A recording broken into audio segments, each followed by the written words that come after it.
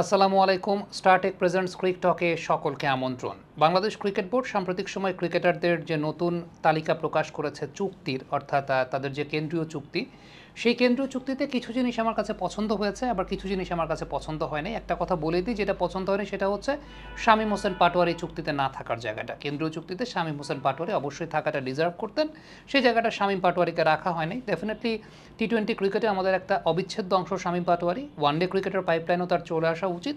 তো সেই পার্সপেক্টিভে আমার কাছে মনে হয় যে অন্তত ডি ক্যাটাগরি হলেও শামীম হোসেন পাটোয়ারিকে সেই জায়গাটি ইনক্লুড করা যেত। ডি ক্যাটাগরির মানে ওই ক্যাটাগরি ওয়াইজ চিন্তা করলে ডি ক্যাটাগরির প্লেয়ার না তিনি, হয়তো বা সি ক্যাটাগরিতে ইজিলি তিনি থাকতে পারতেন, বাট সেই জায়গাটা আসলে রাখা হয় নাই।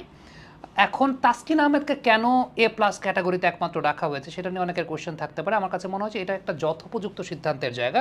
বাংলাদেশ ক্রিকেট বোর্ড যেহেতু এখন রেড বল ক্রিকেট কিংবা টেস্ট ক্রিকেটটাকে আলাদা করে গুরুত্ব দেওয়ার চেষ্টা করছে, টেস্ট ক্রিকেটের প্লেয়ার যারা, তাসকিন আহমেদকে একমাত্র এখানে এ প্লাস ক্যাটাগরিতে রাখার পেছনে আমার কাছে মনে হয় সবচাইতে বড় কারণটা হচ্ছে তিনটা ফরম্যাটেই বাংলাদেশে এই মুহূর্তে যদি চিন্তা করেন, তিনটা ফরম্যাটেই সবচাইতে প্রমিনেন্ট প্লেয়ারটা আসলে কে। তিনটা ফরম্যাটেই যার কার্যকারিতা আপনি চিন্তা করতে পারেন বা যাকে ছাড়া আপনি টিম কল্পনা করতে পারেন না, সেটা যদি আমি বলি সেটা তাসকিন আহমেদই। তিনটা ফরম্যাটেই তার কার্যকারিতার জায়গা আছে, টেস্ট ম্যাচ ক্রিকেট, টি-20 ক্রিকেট, ওয়ানডে ক্রিকেট। তিনটা ফরম্যাটেই তাসকিন আহমেদের কার্যকারিতার জায়গাটা একদম 100-তে 100, এটা আমার কাছে ব্যক্তিগতভাবে মনে হয়। যে কারণে তাসকিনকে একমাত্র এ প্লাস ক্যাটাগরির ক্রিকেটার হিসেবে রাখা হয়েছে। দেখেন, আমি যদি তালিকাটার দিকে একটু তাকাই, তাহলে এ ক্যাটাগরিতে নাজমুল হোসেন শান্ত। নাজমুল শান্ত ওয়ানডেতে শুধুমাত্র প্রমিনেন্ট, বাকি দুইটা ফরম্যাটে শান্ত হয়তো বা টিমেও নাও থাকতে পারেন আর কয়েকটা ম্যাচ খারাপ খেললে পরে, I am not sure, but আমার কাছে যেটা ব্যক্তিগতভাবে মনে হয় যে ওয়ানডে ফরম্যাট ছাড়া বাকি দুইটা ফরম্যাটে নাজমুল শান্তর অবস্থানটাই নড়বড়ে। মেহেদী হাসান মিরাজ টি-20 ক্রিকেটটা বাদে বাকি দুই ফরম্যাটে মেহেদী হাসান মিরাজ ওকে, হি ইজ এস্টাবলিশড, বাট টি-20 ক্রিকেটে এখনও মেহেদী হাসান মিরাজ এস্টাবলিশড না, ওয়েল এস্টাবলিশড না আমাদের দেশের কনটেক্সটে। ইভেন সাদা বলের ক্রিকেটে তার বোলিংটা নিয়েও আরও আপগ্রেডেশনের জায়গা আছে। সো আলটিমেটলি মেহেদী হাসান মিরাজকেও আপনি এখানে এ প্লাস ক্যাটাগরিতে রাখতে পারছেন না। লিটন কুমার দাস ওয়ানডে ফরম্যাটে তো বাদই পড়েছেন। ওয়ানডে ফরম্যাটে লিটন কুমার দাস নাই, হ্যাঁ টি-20 এবং টেস্ট দুইটা ফরম্যাটে তিনি থাকবেন। তাও সাদা বলের ক্রিকেটে লিটন কুমার দাসের ব্যাটিং ফর্মটা কিন্তু খুব একটা ভালো না। মুশফিকুর রহিম আলটিমেটলি একটা ফরম্যাটে খেলবেন এখন, legend of Bangladesh cricket. Test match ক্রিকেটটা তিনি আরও কয়েক বছর চালিয়ে যাবেন, সেই প্রত্যাশাটা আমি ব্যক্তিগতভাবে করি। গ্রেড বিতে মোমিনুল হক শুধু টেস্ট খেলেন, তাইজুল ইসলাম শুধু টেস্ট খেলেন, মাহমুদুল্লাহ রিয়াদ হয়তো বা ফর্মাল অ্যানাউন্সমেন্টের রিটায়ারমেন্টের আমরা পেয়ে যাব। সো আলটিমেটলি তাকেও এ প্লাস ক্যাটাগরিতে রাখার কোনো চান্স নেই। মুস্তাফিজুর রহমান সাম্প্রতিক সময়ে ফর্মটা খুব বেশি সঙ্গে নাই, রেড বল ক্রিকেট তিনি খেলেন না, টি-20 এবং ওয়ানডে দুইটা ফরম্যাট তিনি খেলেন।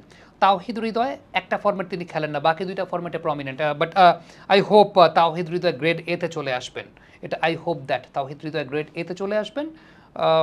বাট তাকে প্লাস ক্যাটাগরিতে রাখা যাচ্ছে না, কারণ তিনটা ফরম্যাট তিনি খেলেন না। স্টারটেক থেকে পছন্দের প্রযুক্তি পণ্য মাত্র 24 ঘন্টায় পৌঁছে যাবে আপনার হাতে। অর্ডার করুন এক্সপ্রেস ডেলিভারিতে। ভিজিট করুন startek.com.bd। Hasan Mahmud another player, definitely তার কার্যকারিতার জায়গা তিন ফরম্যাটেই আছে, but as far as quality is concern এখনও এ প্লাস ক্যাটাগরিটা পাওয়ার জন্য যে কোয়ালিটির জায়গাটা তিনটা ফরম্যাটেই একযোগে প্রমাণ করার জায়গা আরও কিছু বাকি আছে। নাহিদ রানা ডেফিনেটলি বি ক্যাটাগরিতে, তিনি ক্যারিয়ার 1 বছর হয়েছে, একটা ফরম্যাট তিনি এখন পর্যন্ত ওইভাবে প্রমিনেন্ট হন নাই। সো বাকি দুইটা ফরম্যাট তিনি খেলছেন, টেস্ট এবং one day. I hope so Nahid রানাও একটা সময় এ প্লাস ক্যাটাগরিতে চলে আসবেন, যেটা আমার কাছে ব্যক্তিগতভাবে মনে হয় যে নাহিদ এক সময় এ প্লাস ক্যাটাগরিতে চলে আসার পসিবিলিটি আছে। গ্রেড সিতে সাদমান, সৌম্য, জাকের আলী, তানজিদ, শরীফুল, রিশাদ, তানজিম হাসান, সাকিব, শেখ মেহেদী হাসান, এই ক্রিকেটারদের চিন্তা করেন কেউই তিন ফরম্যাটের ক্রিকেটার না ওইভাবে। হ্যাঁ, জাকেরকে আমরা বলতে পারি, আপনি জাকেরের ব্যাটিং আপনার কাছে দৃষ্টিকটু লাগুক, দেখে আপনার কাছে ফুটওয়ার্কের সমস্যা মনে হতে পারে, আপনার কাছে মনে হতে পারে এইভাবে ব্যাটিং করে কেন, বাট জাকের আলী অনেকেই রান করছেন ভাই।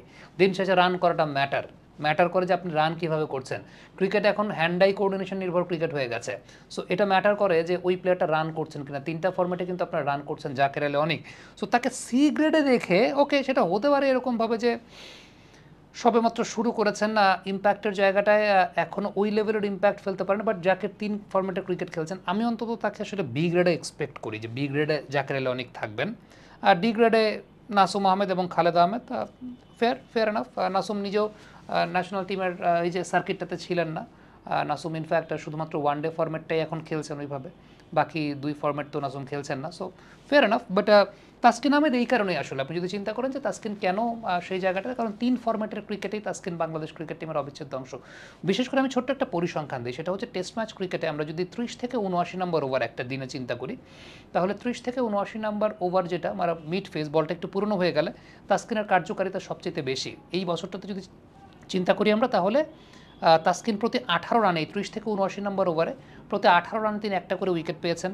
তার ইকোনমি রেটটা 2.89, প্রতি 37 বলে তিনি একটা করে উইকেট পেয়েছেন, যেটা বাংলাদেশের ক্রিকেটারদের মধ্যে সবচেয়ে সমৃদ্ধশালী। আপনি যদি চিন্তা করেন যারা আছেন বাংলাদেশের পেস বোলার তাদের মধ্যে সবচেয়ে সমৃদ্ধশালী। সো তাসকিন 3 ফরম্যাটেই খেলছেন ক্রিকেট, এবং এই কারণে তিনি A+ ক্যাটাগরিতে থাকার যোগ্য, এবং এই কারণে তিনি A+ ক্যাটাগরিতে আছেন বলে আমার কাছে মনে হয়।